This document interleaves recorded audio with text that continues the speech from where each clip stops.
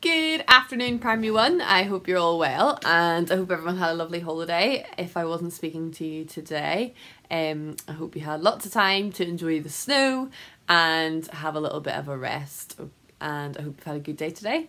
So today's story, chosen by Foxy Loxy, is the story The Smartest Giant in Town. And it was written by Julia Donaldson and Axel Scheffler, I think is the illustrator. So this is quite a popular story. We've read it quite a few times, but it's a good one. So enjoy and have a nice rest of your afternoon. Bye. The Smartest Giant in Town by Julia Donaldson and Axel Scheffler. George was a giant, the scruffiest giant in town. He always wore the same pair of old brown sandals and the same old patched up gown. "I wish I wasn't the scruffiest giant in town," he said sadly. But one day, George noticed a new shop. It was full of smart clothes, so he bought a smart shirt, a smart pair of trousers, a smart belt, a smart stripy tie, some smart socks with diamonds up the side, and a pair of smart shiny shoes. "Now, I am the smartest giant in town," he said proudly. George left his old clothes behind in the shop. He was about to go home when he heard a sound. On the pavement stood a giraffe who was sniffing sadly. "What's the matter?" asked George. "It's my neck," said the giraffe. "It's so very long and so very cold. I wish I had a long, warm scarf." "Cheer up," said George, and he took off his stripy tie. "It didn't match my socks anyway," he said as he wound it around and around the giraffe's neck. It made a wonderful scarf. "Thank you," said the giraffe. As George strode towards home, he sang to himself, "My tie is a scarf for a cold giraffe, but look me up and down, and I'm the smartest giant in town." George came to a river. On a boat stood a goat who was bleating loudly. "What's the matter?" asked George. "It's my sail," said the goat. "It blew away in a storm. I wish I had a strong new sail for my boat." "Cheer up," said George, and he took off his new white shirt.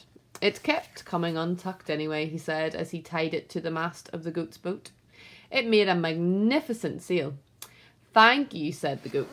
So George strode on, singing to himself, "My tie is a scarf for a cold giraffe, my shirt's on a boat as a sail for a goat, but look me up and down, and I'm the smartest giant in town." George came to a tiny ruined house. Beside the house stood a white mouse with lots of baby mice. They were all squeaking. "Oh, what's the matter?" asked George. "Our house," squeaked the mother mouse. "It burned down, and now we have nowhere to live. I wish we had a nice new house." "Cheer up," said George, and he took off one of his shiny shoes. "It was giving me blisters anyway," he said, as the mouse and her baby scrambled inside. The shoe made a perfect home for them. "Thank you," they squeaked. So George had to hop along the road now, but he didn't really mind. As he hopped, he sang to himself, "My tie is a scarf for a cold giraffe. My shirt's on a boat as a sail for a goat. My shoe is a house for a little white mouse. But look me up and down, and I'm the smartest giant in town." So George came to a campsite, and beside a tent stood a fox who was crying. "What's the matter?" asked George. "It's my sleeping bag," said the fox. "I dropped it in a puddle. I wish I had a warm, dry sleeping bag." "Cheer up," said George, and he took off one of his socks with diamonds up the side. "It was tickling my toes anyway," he said as the fox snuggled into it. It made a very fine sleeping bag. "Thank you," said the fox. So George hopped on, singing to himself, "My tie is a scarf for a cold giraffe. My shirt's on a boat as a sail for a goat. My shoe is a house for a little white mouse. One of my socks is a bed for a fox. But look me up and down, and I'm the smartest giant in town." George came to a big squelchy bog. Beside the bog stood a dog who was howling.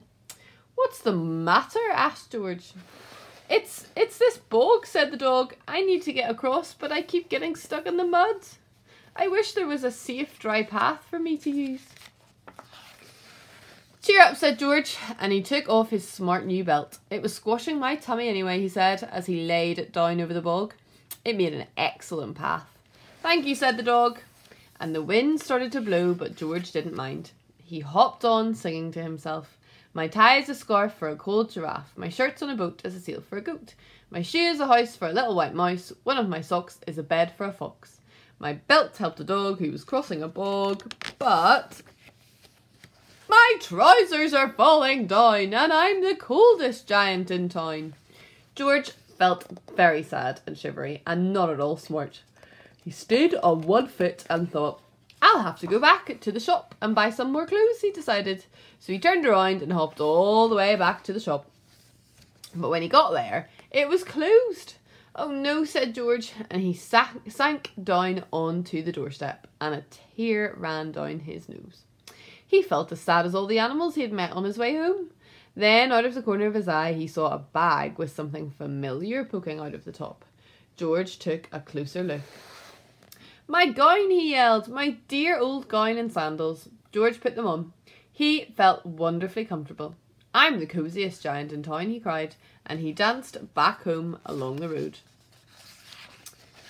Outside his front door stood all the animals he had helped. They were carrying an enormous present. Come on, George, they said, open it. So George untied the ribbon. Inside was a beautiful gold paper crown and a card. Look inside the card, George, said the animals. So George put the crown on his head and opened the card. On the card, inside, it said, your tie is a scarf for a cold giraffe. Your shirt's on a boat as a sail for a goat. Your shoe is a house for a little white mouse. One of your socks is a bed for a fox. Your belt helped a dog who was crossing a bog. So here is a very fine crown to go with the sandals and gown of the kindest giant in town. The end.